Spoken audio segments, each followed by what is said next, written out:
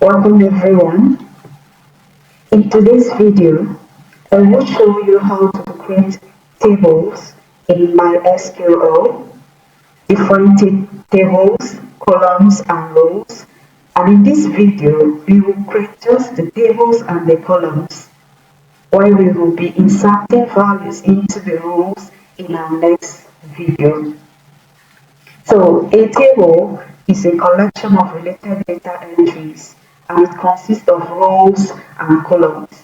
Here can be a good example of a table. It contains columns. This is vertical columns called vertical, then rows horizontal. So column customer ID, first name, last name, and data created. Why for rows we have one, days, and days. So that's the difference between columns and a row. So a column holds specific information about every record in a table, while a row is each individual entry that exists in a table. Tables in MySQL are seen as looks similar to that of Excel spreadsheets. However, to create tables in MySQL, there are three important things that we should take into consideration, which include the table name, the columns names, and the data type. So to create tables, you start with create table. It's called the command create table. Then the name of the table you want to create, give it a special name as customer. Then you open a bracket and then a semicolon. Remember I said there are three important things to take note of when creating tables, right? The first, the name. We've included the name of the table already, which is customer, right? So the next thing is to enter your bracket and start typing the names of your columns. We have the first one, customer ID, first name, last name, and city. So this is not the end. Remember we said that to create a table, you should consider three things, which is the name of the table. In this case, we have customer. Next is the names of the columns, which include customer ID, first name, last name, and city. So the next thing we ought to do now is to include our data type. And for customer ID, it's a whole number, right? So our data type is int. Then the next one is a character data type. So our data type should be varchar 10, which is 15. Do well to watch my video on the difference between varchar and char, so you know which one is the best to use at a particular time. Still use varchar, yeah, can use char or city.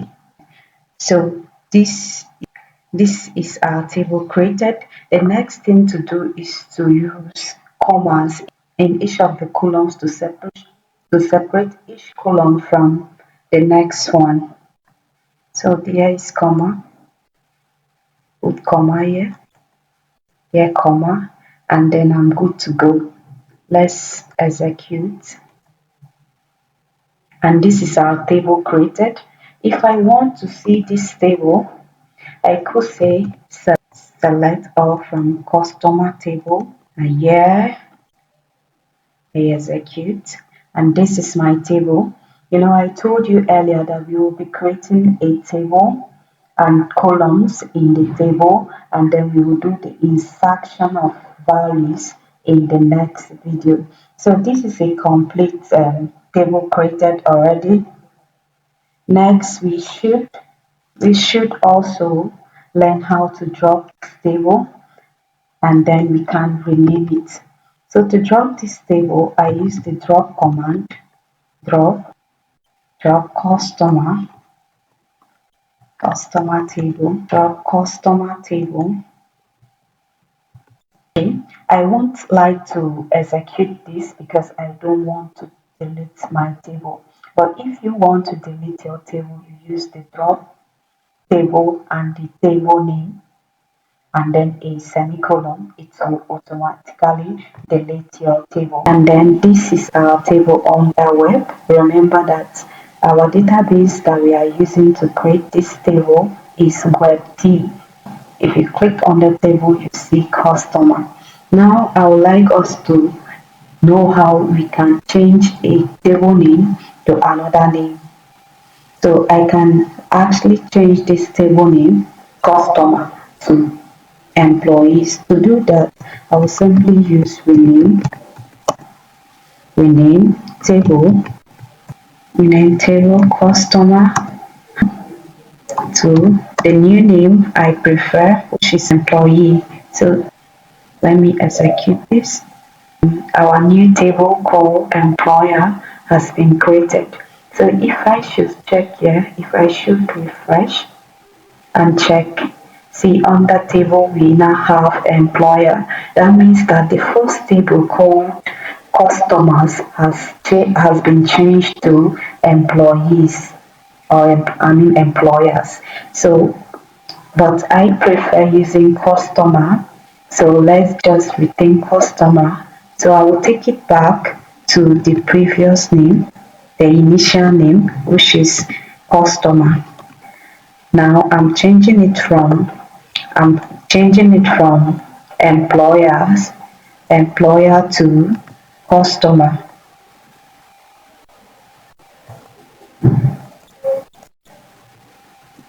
to customer. Let me execute this. See now, if I refresh, our table name on the web has changed to customers again. Okay, next I would like us to know how we can add a column to an already existing table. How we can add a column to this table customers. You know, before now we have first name, last name, and we have city, then we have city and the rest. So now I want to add email to our already established table, customer ID. I want to add email to it. So what I'll do now is I'll use the alter table customer, alter table customer, and then add the new column I want to add. So I can just say add email, the customer email as a new column, and then the type of data type I would love to use should be voucher. Okay, this is how to add a new column to an already existing table. Let me execute this. So it's successful. If I should select all from customers, can you see? Customer ID, first name, last name, city, email has been added because of this alter command. It has added an email for us. So this is how to add a new column to an existing table. Thanks so much for watching this video.